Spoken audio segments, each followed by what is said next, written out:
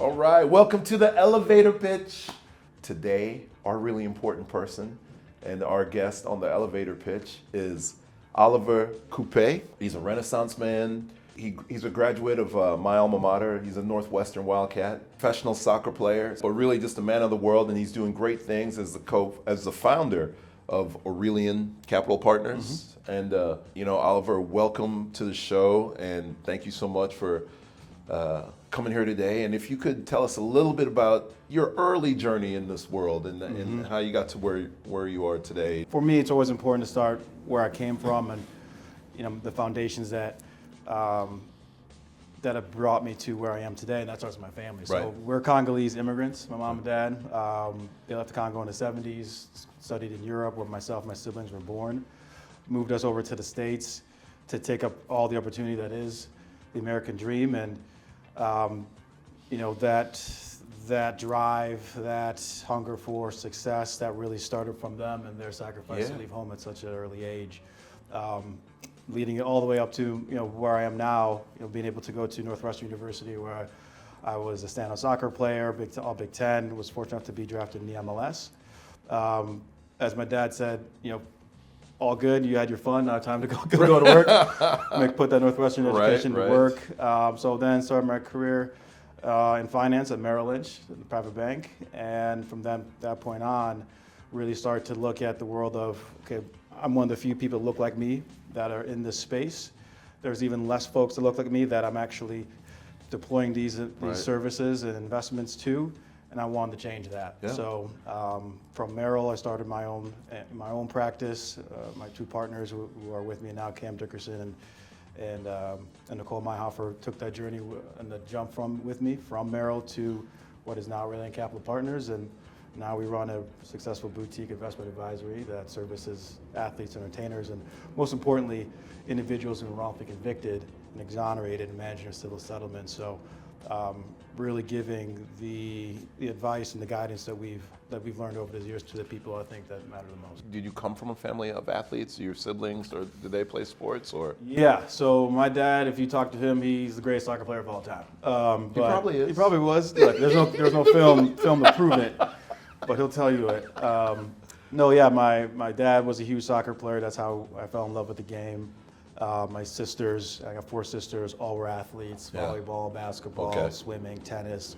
So being outside and being active, and most importantly, assimilating to the communities that we were in, sports were a big catalyst to that. I've always felt that playing sports gives you a tremendous advantage and at least a healthy respect for dealing with wins and losses and competing. But I played American football and versus global football. So can you talk a little bit about some of the lessons that you learned there and how that translates to what you're doing today? I think especially with my team at Northwestern, we overachieved. Right.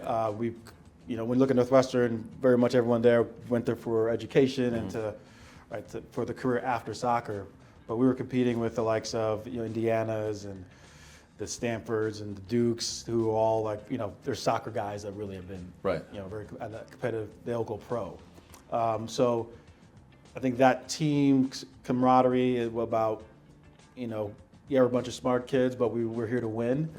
You never counted us out, and that underdog mentality that there's always a way to win really started to come and started to build within me. And early on in my career at Northwestern, my first couple of goals were as a freshman, where we were down 2-0 to Notre Dame. Equalizers and winners. So my coach gave me the name Big Game Ollie. So that was for me to I always showed up in big moments. And I realized that was something that now I translate to life now, where when the chips are down, you can never really count me out. Yeah.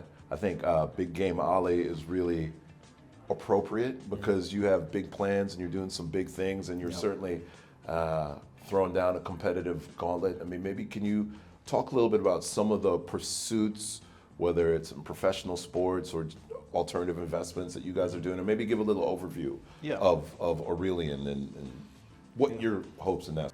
So our mission statement, is to provide financial services and opportunities to the masses who haven't regularly received those. So, we look at our client list and we start everything from our, what's important and what are our needs for our clients. 95% of our households are black. Right. We have 40 households, 42 households. And they are split up into thirds, a third professional athletes, a third exonerated individuals, Right. and then a third your regular Yeah. high net worth. So what became the core clientele group that really defined who we were our exonerated clients, Right. which was a niche that I would have never thought I'd be, in.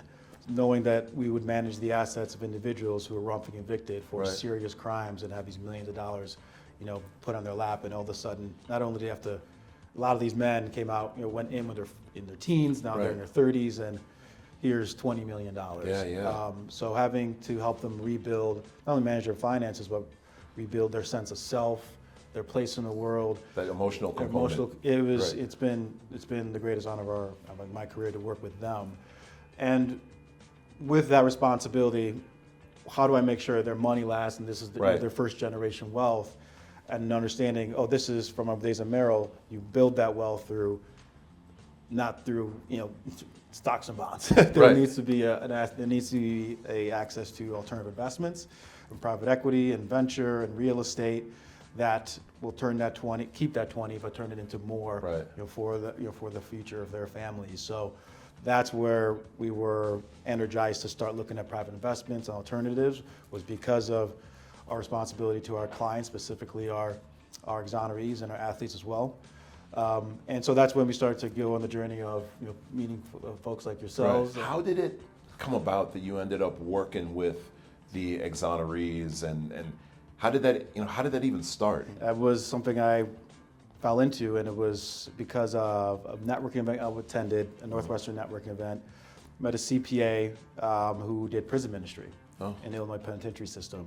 He knew I was just starting to start my book of business on Merrill, and he said, "Hey, I've worked with these two brothers. They're now out, but they're about to receive large civil settlements from a case called the Dixmoor 5." Yeah. And one of those brothers is Jonathan Barr. Him and his brother James Harden, 14 and 15 years old, along with 3 other young black kids, were convicted of the murder and rape of their classmate, wrongfully, obviously. So that CPA got me in contact with Jonathan, and Jonathan and I sat down, I remember this day for the rest of my life, at the Starbucks down on Roosevelt right there in South Loop.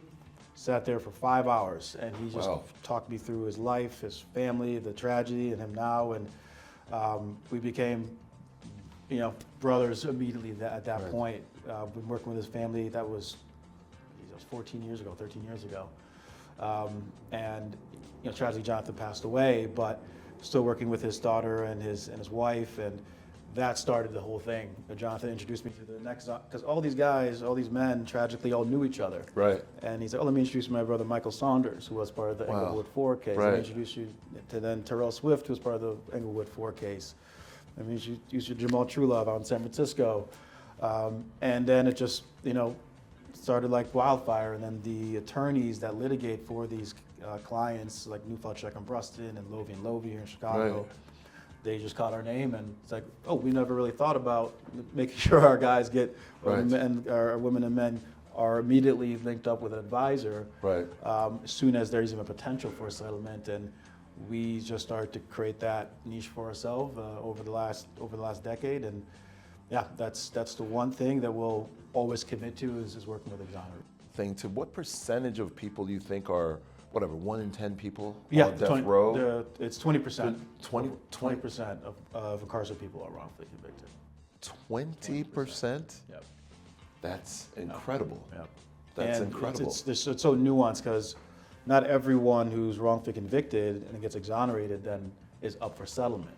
So there has to be, prosecutorial misconduct, bad police behavior that will initiate a settlement. Otherwise, they kind of just say, "Hey, sorry, you made a mistake, and best of luck." And some states have state compensation that come with just getting released on the wrongful conviction. So, like for example, Illinois, you receive $250,000. If you were wrongfully convicted, outside of prosecutorial misconduct. If you serve 2 years or 30, $250. That's incredible. Yeah, so we're trying to change it. We have an exonerator now, Johnny Savory, is trying to make it so it's more of a $50,000, $75,000 per year you spent wrongfully convicted. which will get you more. But some states like Florida, you don't get any state comp. Well, that's so, not right? a surprise. So it's different in each state. 20%? Yeah. I'm shocked at that number. Yeah, 20%. I don't even know what to do with that. Yeah, I mean, it's a scary high number. that's a scary high number. Yeah. And unfortunately, we know what that audience of incarcerees looks like, Exactly. right? Yeah. And to think that 20% of the people in jail shouldn't be there, I mean, that's, Yep. Yeah, 2 of 10. That's I can't even think of a follow-up question to that. I mean, that's terrible. Yeah. That's terrible. And so, so the work that you're doing, it is obviously impacting so many lives. And are you doing some other things sort of in the community outside of what the work with, I mean, what you're doing with the exonerees is obviously huge, but does that causing you to look at things with a broader lens? Does that change how you've looked at the world and how you've pursued business, or? Absolutely. Absolutely. How could it not? And with each exoneree, right, there comes a community that they're released in.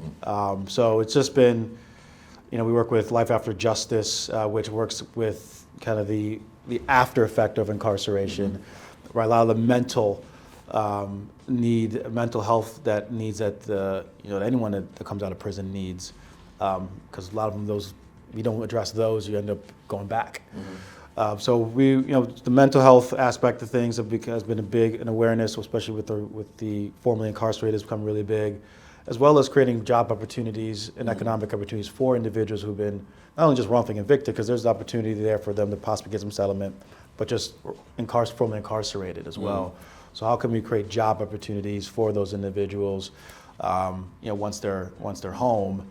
Make sure they never go back. So yeah, we've started to look at kind of the broader economic impact we can have for individuals that have been affected by life in prison. If you were to give some advice to people that look like you and me, right, in terms of, and look, obviously we were blessed in being able to be scholarship kids at a place like Northwestern, but not everybody has that opportunity. If you were to say, hey, here are 3 things that I would do if you're looking at scratching that entrepreneurial itch, or you're looking at getting in the professional world, I mean, what would be your advice? I'd say one thing is find your mentors. I think that's a really important thing. You don't really know, whether if it's a career pathway or a school or whatever it is, until you find someone that in that space that can tell you their story, right, how they got there. So I was really fortunate to have some really good mentors in my athletic career, professional career, spiritual life as well.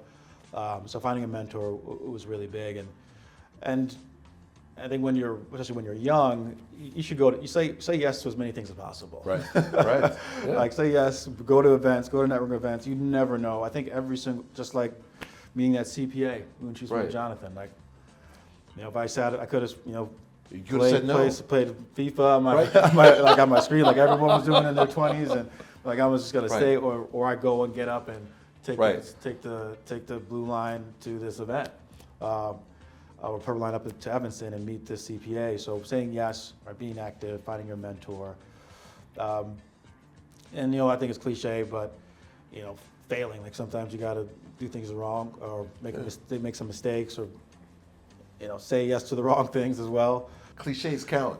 They do. They do. Cliches. That's why they exist, right? That's why they exist. So 20 seconds or less. Who was Oliver Kupe? 20 seconds or less.